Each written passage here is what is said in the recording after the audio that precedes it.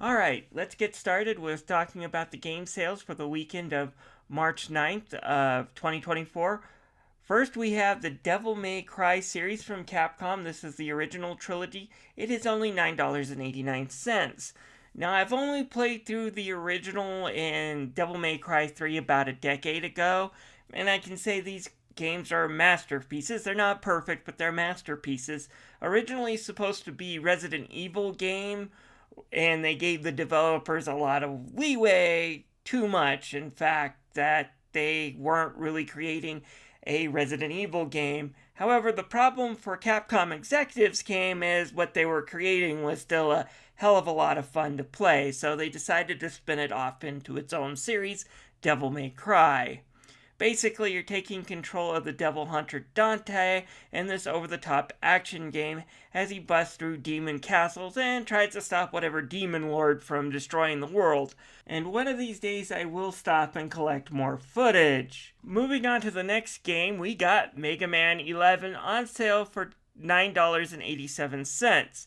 Now, it has been 5 years and we still haven't got any information on a real Mega Man sequel, and I will try to play through Mega Man X Dive one of these days. Still, what we got here is a really great game, combining a few elements from Mega Man Battle Network as Mega Man's special weapons now look like the style changes. The stage design's pretty good, a little long in the tooth in a few of these stages. The bosses are still pretty fun. Overall, I did enjoy this game, especially with the great double gear system, so I do recommend giving it a try. With that said, if you are looking for old school Mega Man games, well, they do have the Legacy Collection on sale for $5.99.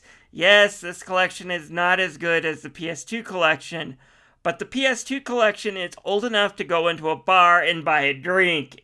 And yes, that makes me very old to say that. The Legacy Collection is the best way to play these games for modern systems, and it's overall an okay presentation. It has some decent updates to the games, and it has some good artwork and some good bonus features. And at $6, it's $1 for every Mega Man game on the NES, and Mega Man 2, 3, and 6 have aged like fine wine, and even 1, 4, and 5 are still pretty fun. Despite some age spots, they're still definitely worth playing through, so I do recommend this collection. If you're looking for something that's still retro but a little newer than the Legacy collections, we got the Mega Man Zero and ZX collection. I always mention X when it's on sale, and I did that last week. So let's talk about the original spin-off, Mega Man Zero and ZX collection, set 100 years after the events of Mega Man X. A young scientist wakes up an amnesiac Reploid, believing him to be the legendary Zero. It seems like the world has gone to hell in the handbasket. The only safe place for anyone is Neo Arcadia, but they're out wiping out the Reploid race, and the person behind these crimes is Mega Man X, and it's going to be up to Zero to fight his old friend. The stage designs are great. I love the darker atmosphere. The art style change can be a little jarring at first, but trust me when I said these games are way darker than the Mega Man X franchises. They're also a lot harder. Expect to be beaten. Fortunately, Capcom has done a few things in this collection to make these games easier. For example, you do have the Rookie Hunter modes for Mega Man X, but you also have these quick save places that you can now put up. So the challenge of the original game's still there. It'll still kick your ass. You just will only go back a few minutes rather than back to the beginning of the stages when your lives are all run out. So I do enjoy these improvements and recommend this collection. Moving on to Humble, which has a lot of really great sales going on the next couple of weeks. First, we have Tales of Berseria. Again, this is one of my favorite JRPGs from the PS4 era. And it's a game that's a bit darker than most of the Tales series.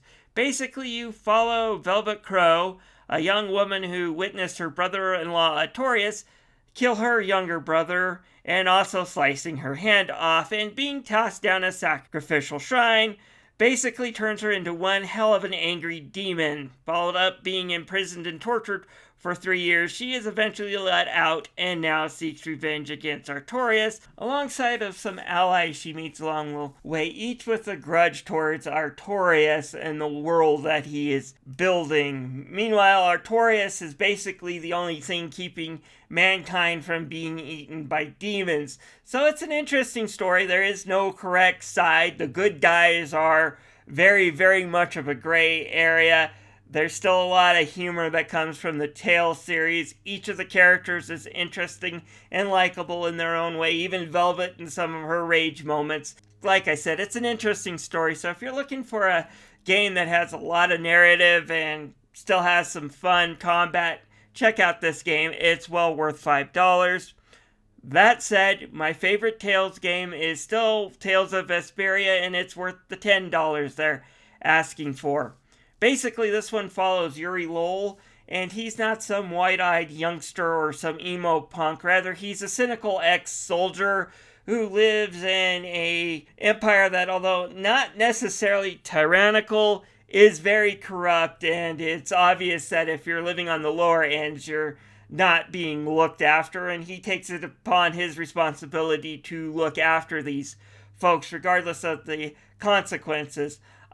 When a water blastia is stolen from these people and the water gets polluted, he tries to get it back, some mishaps happen, and he winds up traveling with a very book-smart but very street-idiotic princess named Estelle as they look after his best friend Flynn and try to get the water blastia back, and then a whole bunch of other things just happen. I love this game. It is one of my favorite all-time JRPGs. Pick it up for $10.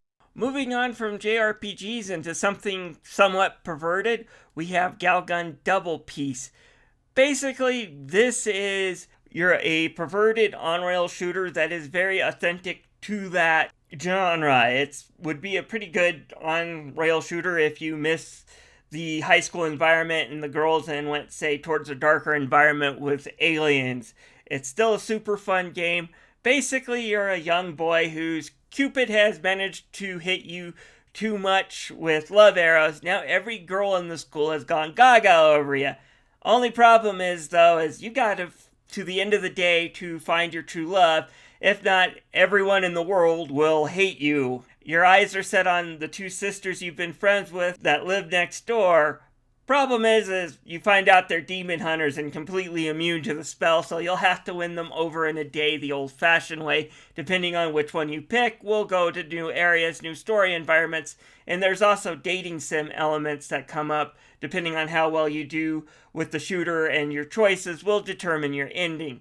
It's a really fun game. It's a blast to play. Each playthrough is only a little over an hour long, but there's multiple endings and multiple ways of playing through this game. It's just really fun. Definitely recommend it for $8. Going on to something more kid-friendly, though, we have Shredder's Revenge. Now, Konami's Ninja Turtles games were some of my favorite games when I was growing up. This is a perfect throwback.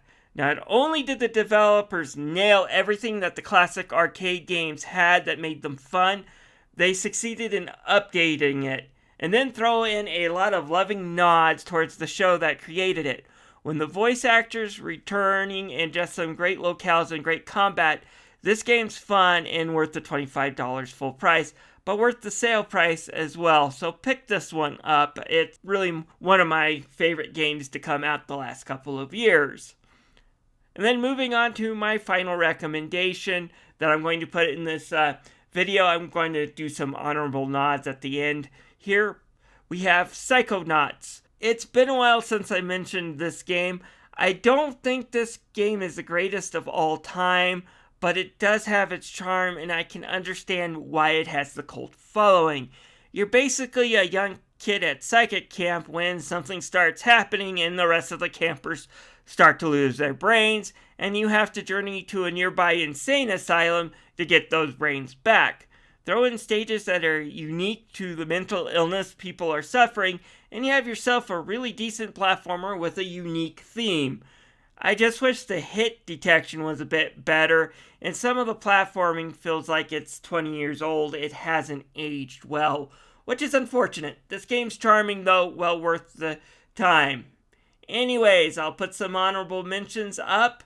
This is Tommy the Game Master. If you like this video, please like and subscribe. I try to put out a video like this at least once a week detailing the sales I find. These are all games that I have played, and I will see you guys next week. Hope to see you then.